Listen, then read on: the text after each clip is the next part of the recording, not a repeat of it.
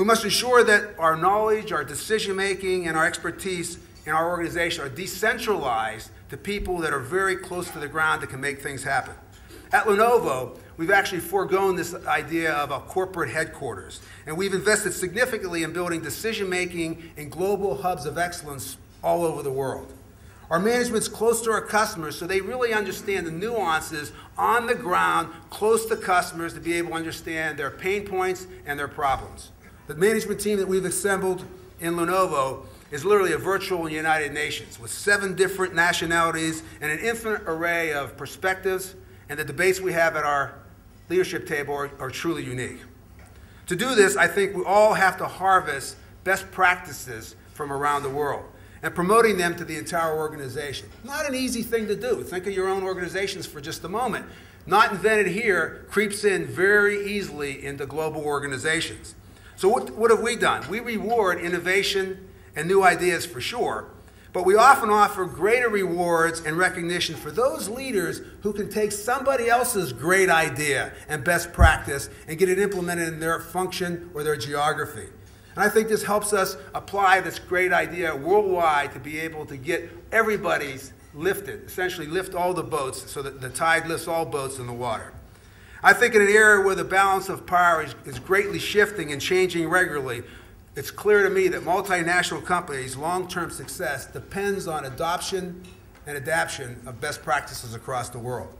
At Lenovo, we have a business model that we think has helped us become more agile.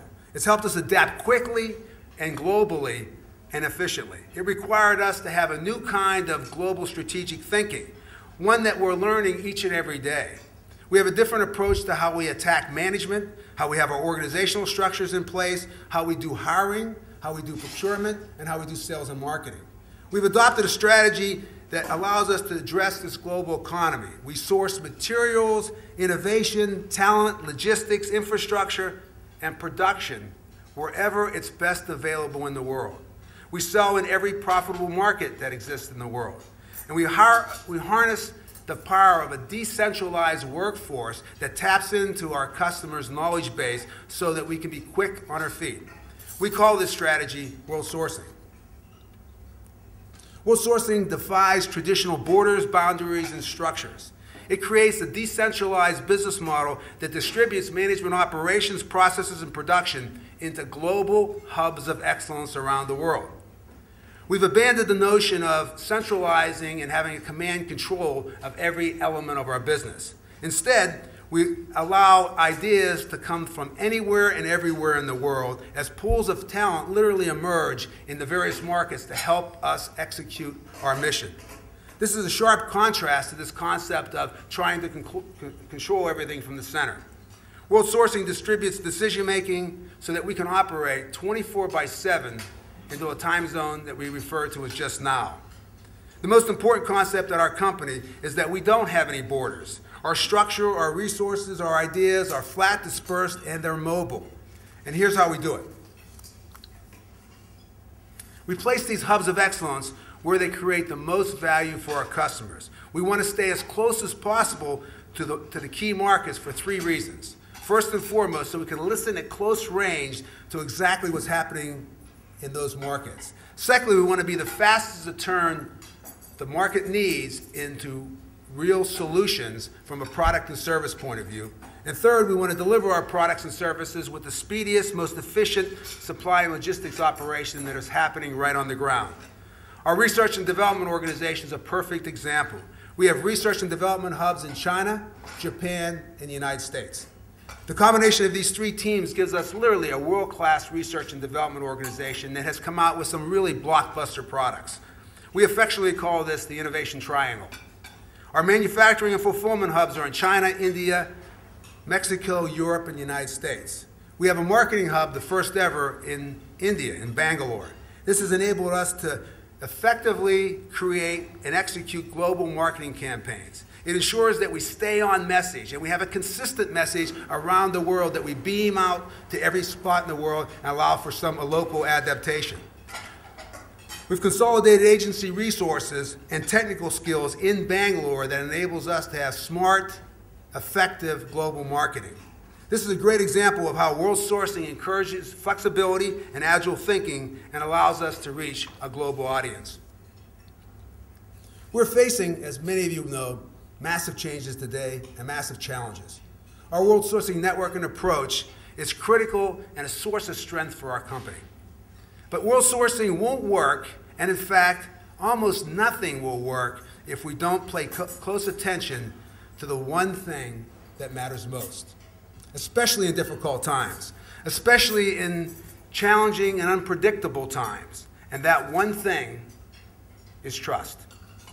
Trust is incredibly hard to build and so easy to be destroyed. The global financial crisis goes beyond economics. It's a fundamental breakdown in trust. The crisis may have started with banks, credit that shouldn't have been given, asset valuations that couldn't be justified, a clear-cut lack of transparency across the entire system, and it's very quickly rippled out to the rest of the economy and has affected each and every one of us. Asset values have collapsed, banks have stopped lending, credit's frozen, there's liquidity issues facing each and every one of us. Trust has been broken. But trust is the most important component for a smoothly functioning economy. If we don't trust, we don't buy, we don't sell, and we don't create the faith in the underlying strengths of our companies. But we can't give up. In fact, I submit to you that we have to double down on building trust.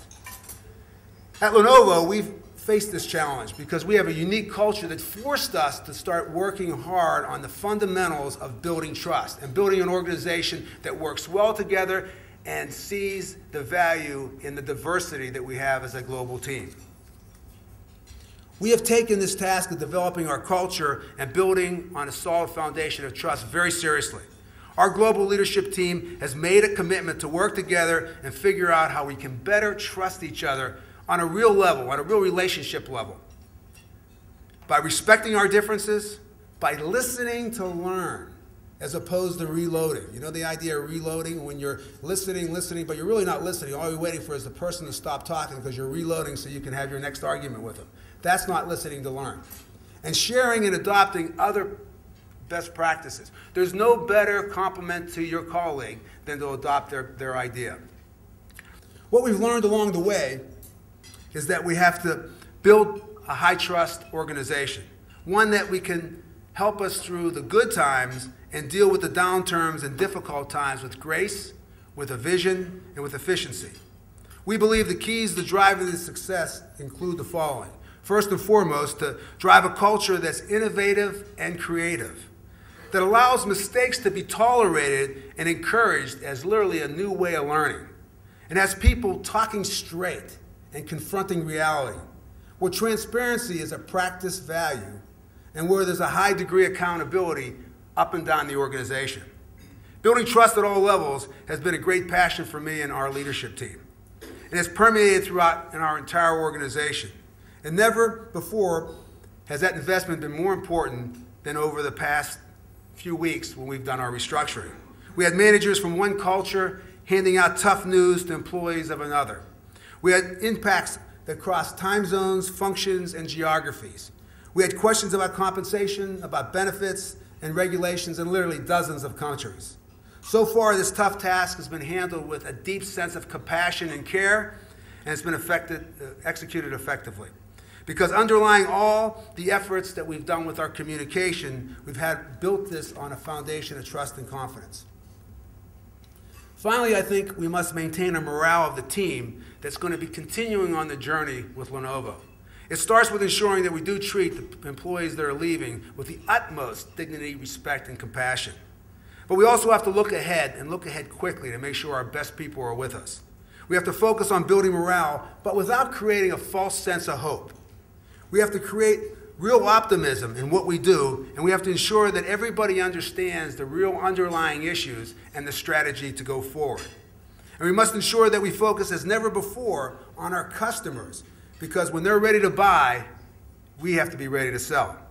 This starts with creating confidence, what I call a mantle of hope.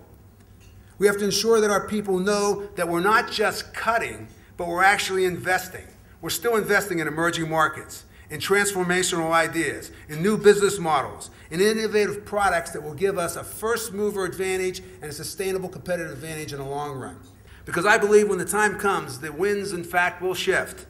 And when this happens, we can either be left behind because we've got derailed by our own internal quagmire, or we can have our sails up, catch the wind, and be ready for every opportunity that affords itself in front of us.